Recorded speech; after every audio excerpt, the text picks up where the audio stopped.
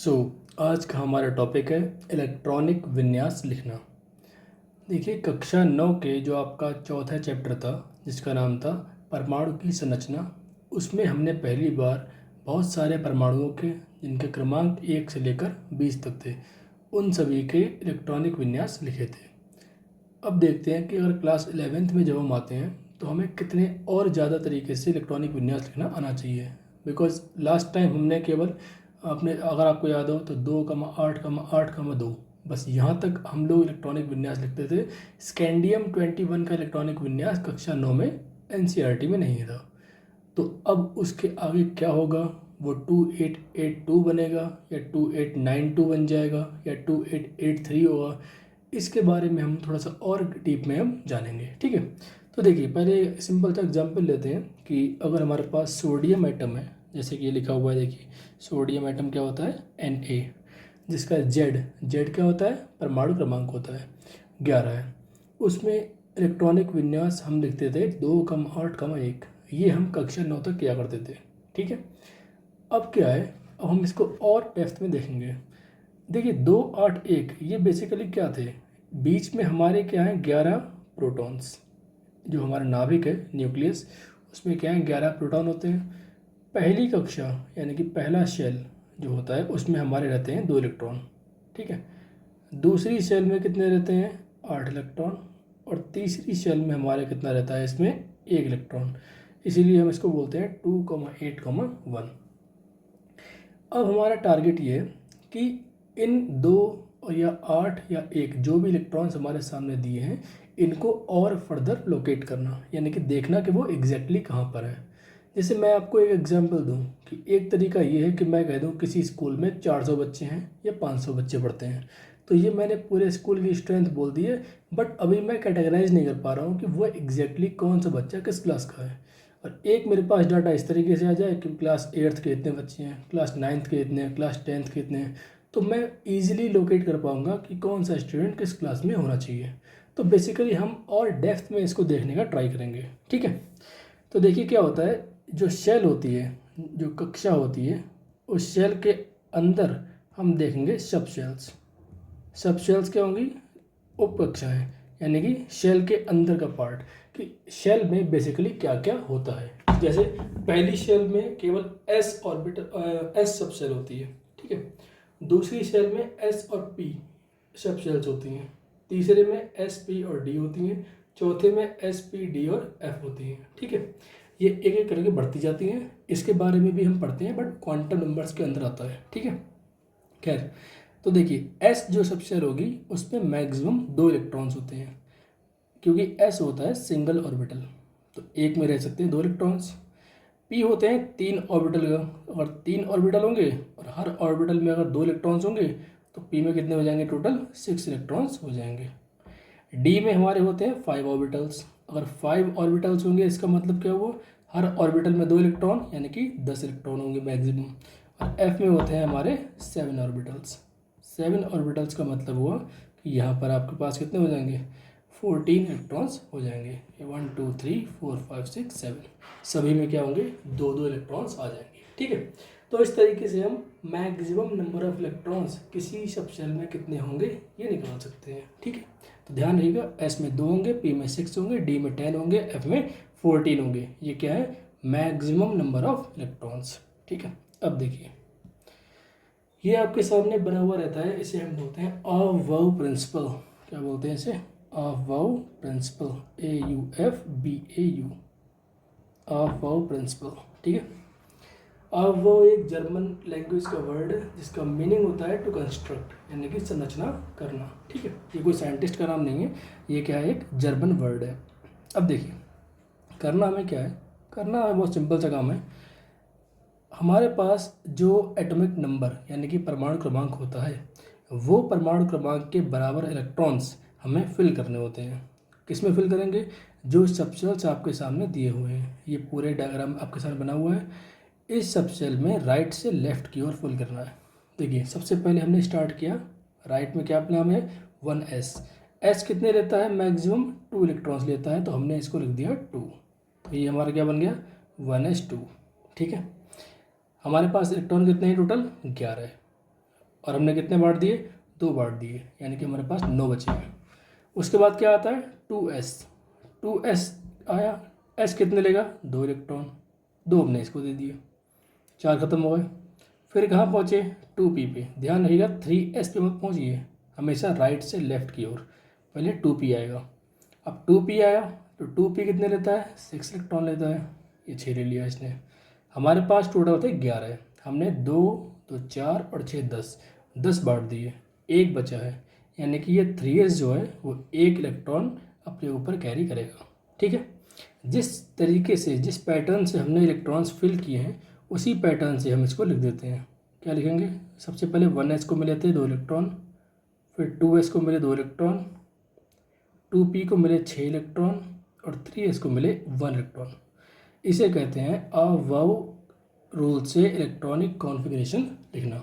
ठीक है, अब जो आपने पढ़ा था 281 वो कहाँ से आया, वो भी एग्जैक्टली यहीं से बनता है। देखिए ध्यान से, जिसके आगे 1 लिखा हुआ है यानी कि ये पहली शेल को रिप्रेजेंट कर रहा है, इसमें कितने इलेक्ट्रॉन्स हैं, 2 इलेक्ट्रॉन्स, तो पहले क्या आ गया 2। जिसके आगे 2 लिखा हुआ है यानी कि ये सेकंड शेल को रिप्रेजेंट कर रहा है, तो इसमें कितने इलेक्ट्रॉन हैं, 2 और 6 8। जिसके आगे 3 लिखा हुआ है, ये थर्ड शेल को रिप्रेजेंट कर रहा है, इसमें कितने हैं, इलेक्ट्रॉन 1। तो 281 लिखें आप चाहें, और चाहे आप लिखें 1s2 2s2 2p6 3s1, दोनों ही इलेक्ट्रॉनिक कॉन्फ़िगरेशन होंगे। ठीक है, चलिए आगे बढ़ते हैं।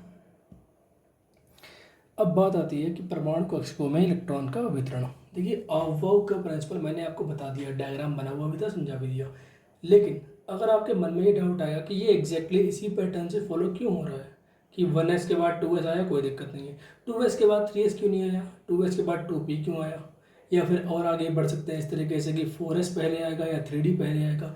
ये जो डाउट्स होते हैं कि कौन सा ऑर्बिटल या कौन सा सबसेल पहले भरा जाएगा, कौन सा बाद में भरा जाएगा, ये आपको बताने के लिए एक रूल होता है जिसे हम कहते हैं n+l रूल, n+l रूल।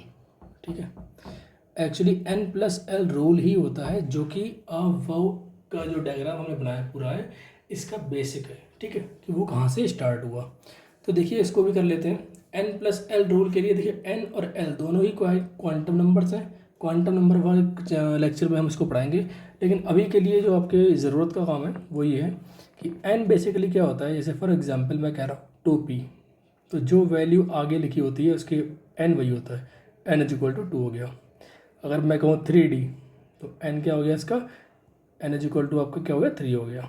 ठीक है, इस टाइप से तो जो वैल्यू आगे लिखी होती है वो उसकी n की वैल्यू होती है।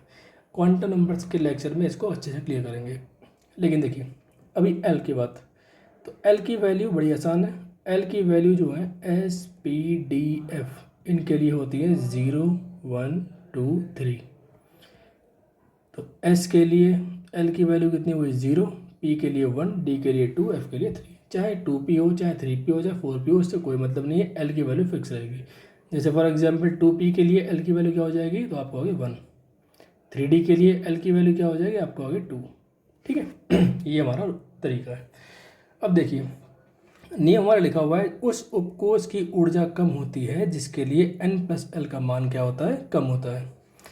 यानी कि अगर आप एग्जाम्पल लेंगे 2s और 2p, ठीक है, आपने 2 एग्जाम्पल लिए 2s और 2p, आप चाहते हैं ये निकालना कि किसकी ऊर्जा कम होगी, तो n+l यानी कि 2 + 0 यहाँ पे, 2 + 1 यहाँ पे, ये बन गया 2, ये बन गया 3, ये वाली वैल्यू क्या आई, कम आई है।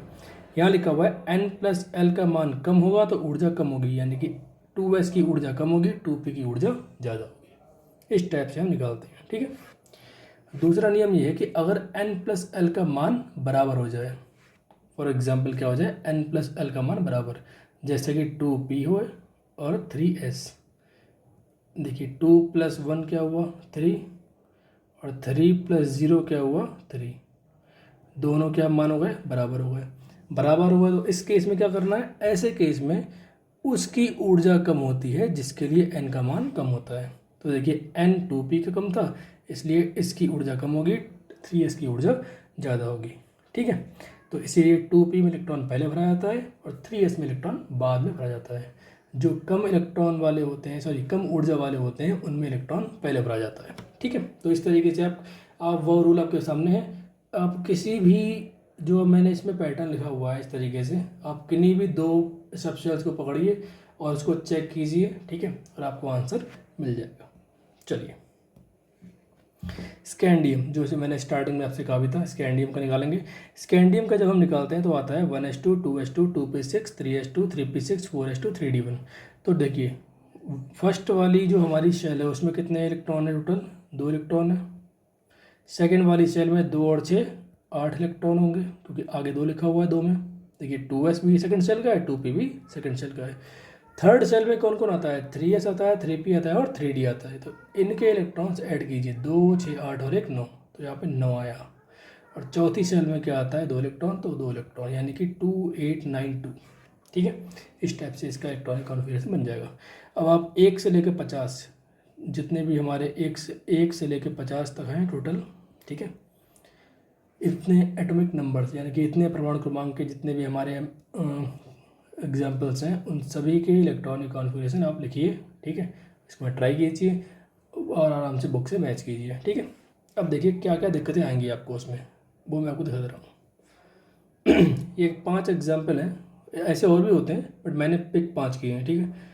Chromium, copper, molybdenum, AG and AU, ये 5 एग्जाम्पल्स हैं। क्रोमियम को 24 होता है, कॉपर 29 होता है, मोलिब्डेनम 42 होता है, एजी 47 और एयू 79। इन पांचों में क्या होता है, इसमें एस में से एक इलेक्ट्रॉन हम कम कर देते हैं, डी में इलेक्ट्रॉन एक बढ़ा देते हैं। उसका रीज़न क्या होता है? देखिए, इसका रीज़न ये होता है, जब आप लिखने बैठेंगे पूरा तो आप ऑब्टेन करेंगे ऊपर वाला 4s2 3d 4 तक, ठीक है।